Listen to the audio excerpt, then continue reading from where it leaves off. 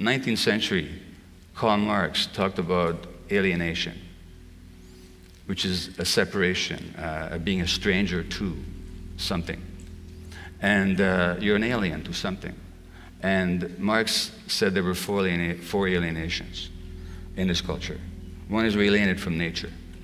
Well, at a conference dedicated to looking at the physical and the natural environment, I don't have to say much to you to show how alienated we are from nature when we're destroying nature itself.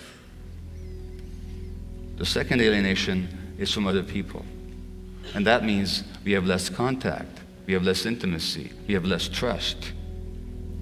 We have less of a sense of relationship. And that, of course, as I've shown you, leads to increased propensity to illness, physical and mental. We're alienated from our work. A lot of people no longer do work that has any meaning to them.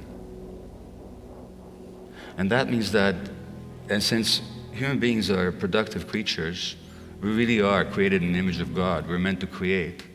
When we do work that's not creative, that doesn't reflect who we are, that imposes depression, anxiety, a sense of meaninglessness. And when we have a sense of meaninglessness, we'll want to substitute that sense of meaninglessness or that sense of meaning that we've lost by all kinds of other activities. And then we get all hung up on how we look, or how people feel about us, what we can obtain, what we can possess, what successes we can achieve. In other words, all the false substitutes which cannot possibly compensate us for the lack of genuine meaning. And of course, what this society does, it sells us a lot of products that substitute for that loss of meaning. In fact, much of the economy is based on a loss of meaning in our culture. And finally, and most importantly, we become alienated.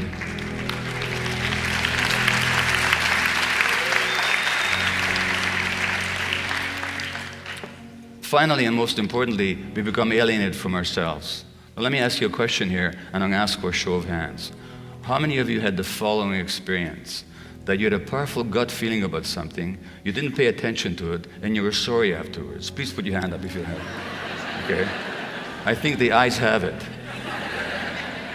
If I asked you the obverse question, as to how many people have had a powerful gut feeling, you ignored it, and you were glad about it afterwards, how many would not put your hand up? Well, I'm not sure. I'm seeing very few hands here. Well, that means to say, now you know what you're telling me? You're telling me that at some point in your childhood, you got separated from yourself. Because no infant is born without gut feelings. Infants are totally connected to their gut feelings.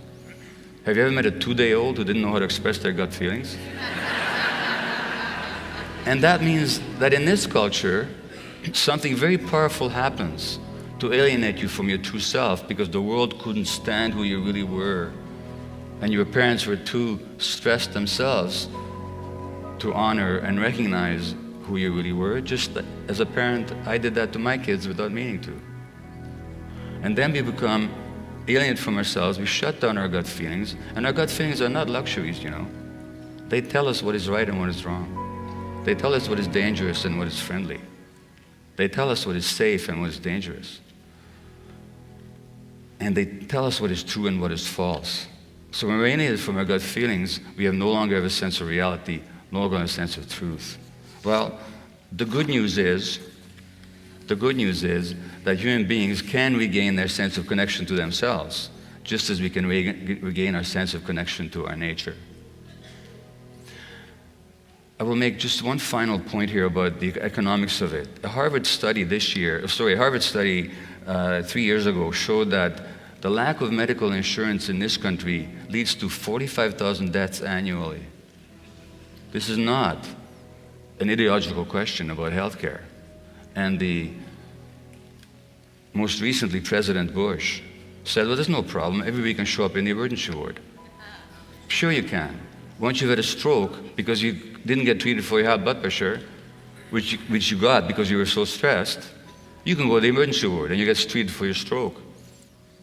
But the lack of health care that's available to people, which is very much a social economic question, it itself is a significant factor. Well, the good news is that we can regain a connection to ourselves.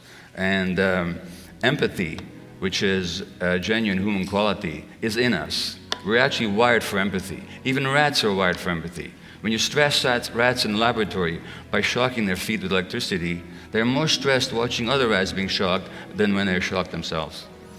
Their stress hormone levels are higher. That's our nature as human beings. So contrary to the myth in our culture that we separated individual, aggressive, competitive creatures, we're actually wired for empathy, wired for connection, wired for love, wired for compassion. So really, to move forward, all we have to